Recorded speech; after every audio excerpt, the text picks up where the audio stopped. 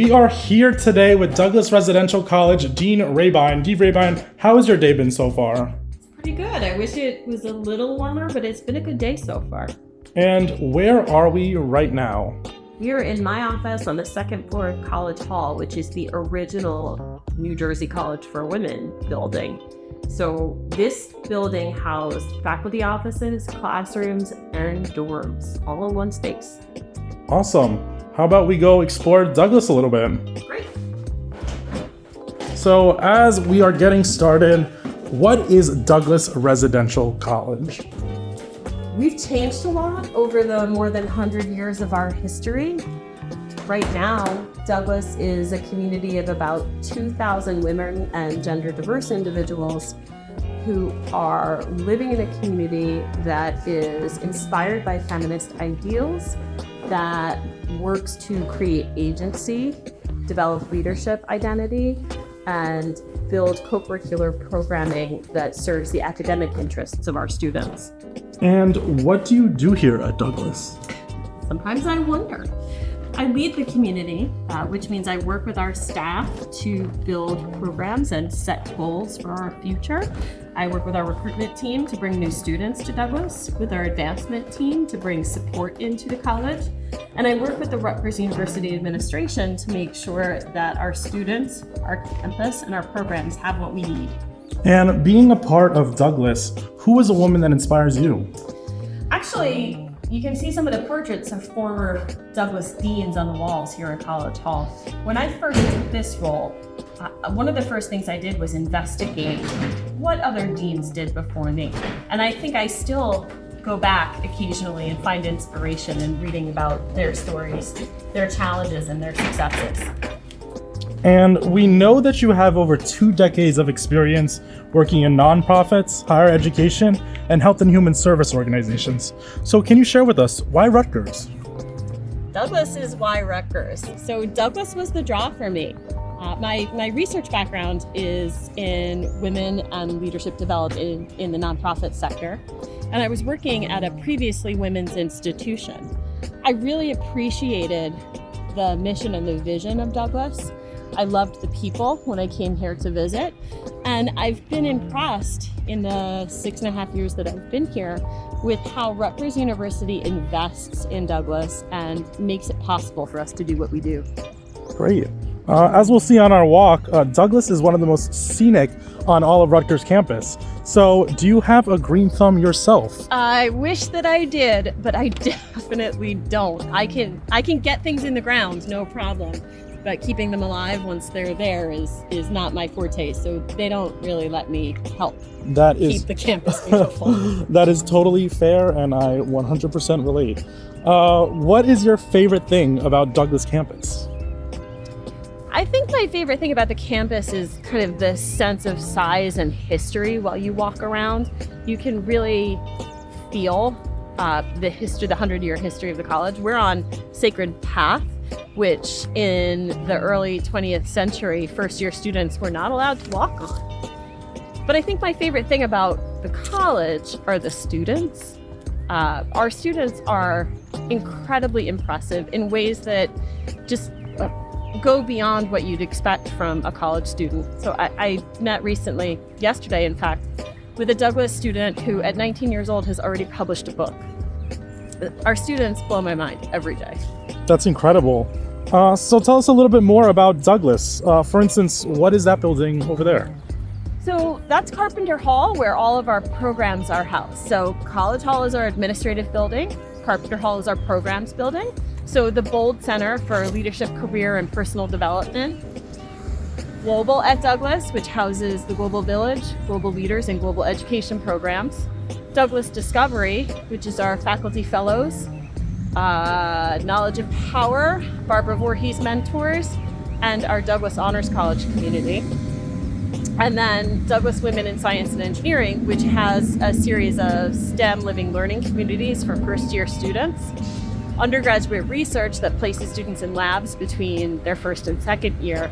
And then a corporate mentoring program that pairs students with people working in scientific fields to give them a sense of what they could do after they graduate. Now, is Douglas only for women in STEM?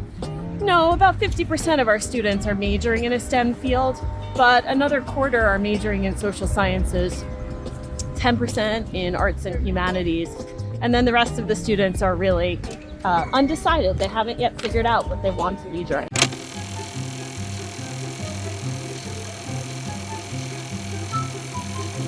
Okay, we've safely made it across the road. Safety first, everyone. But let's keep going. So, as you mentioned, Douglas is not just for women in STEM. Douglas also houses artists. So, do you have any hidden talents yourself?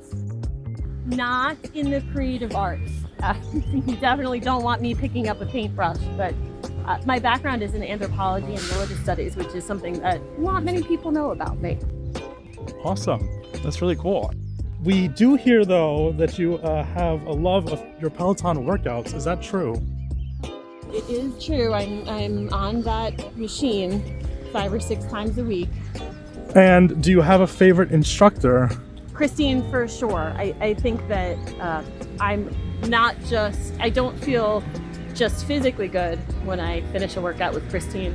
I feel like her positive messages really resonate with the kind of feminist community we have at Douglas. Speaking of instructors, are you also an instructor at Douglas? I do teach a Knowledge and Power section in the fall. So Knowledge and Power is our mission course. So all Douglas students take a section of Knowledge and Power. We try to have them take it in their first year. It's an intro to women's gender and sexuality studies, a little bit of Douglas history, and then really encourages students to claim their education at Rutgers, to think about what they want to do, and then make plans to do that. That is a really unique course that you guys offer.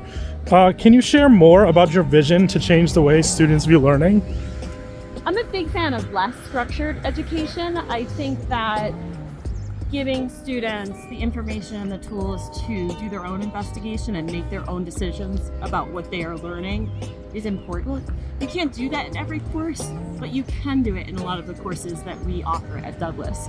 It's an opportunity to give students more than just a set of facts, more than just a set of skills, but to give them the capacity to take what they're learning and do even more with it, which our students regularly do. And based on everything you've said so far, it's safe to say that Douglas isn't just a place, but an experience. So what other experiences are available to Douglas scholars? There's so many. We send students on international travel, fully funded international travel, to do things like study gender-based violence in Kuwait, and then come back to the New Brunswick community and connect it to what social service organizations are doing here. We place students in small group research fellows with faculty. So we've had a group of about 20 students researching the impact of technology on maternal fetal mortality for Black women in central New Jersey. We have another group of students this year who are investigating the Fluxus movement, which was an art movement at Douglas in the 60s. It's so important for students to have these hands-on experiences, to connect directly with faculty, and to see that they can do so much more than they thought they could. That's a ton of different opportunities.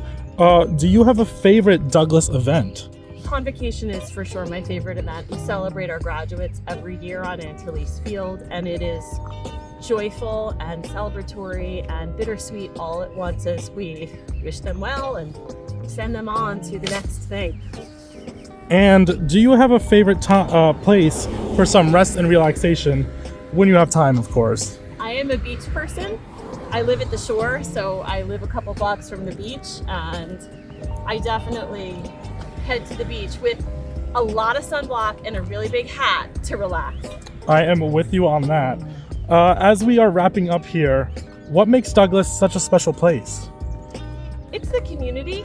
You know, it's a community not just of students, but faculty and staff, alumni, our corporate partners, people who all invest in this advancement of our students and who are looking to make a difference, not just for individual students, but overall. Our students go on to do things that, I was with an alum a couple weeks ago who was instrumental in the passing of the Civil Rights Act.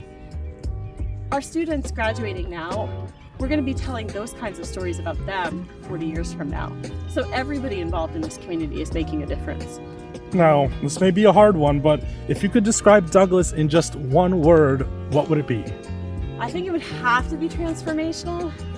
We like to say that students come to us not really sure how to use their voice. And over the course of their time with us, they learn that and so much more, so that when they graduate, we can't stop them.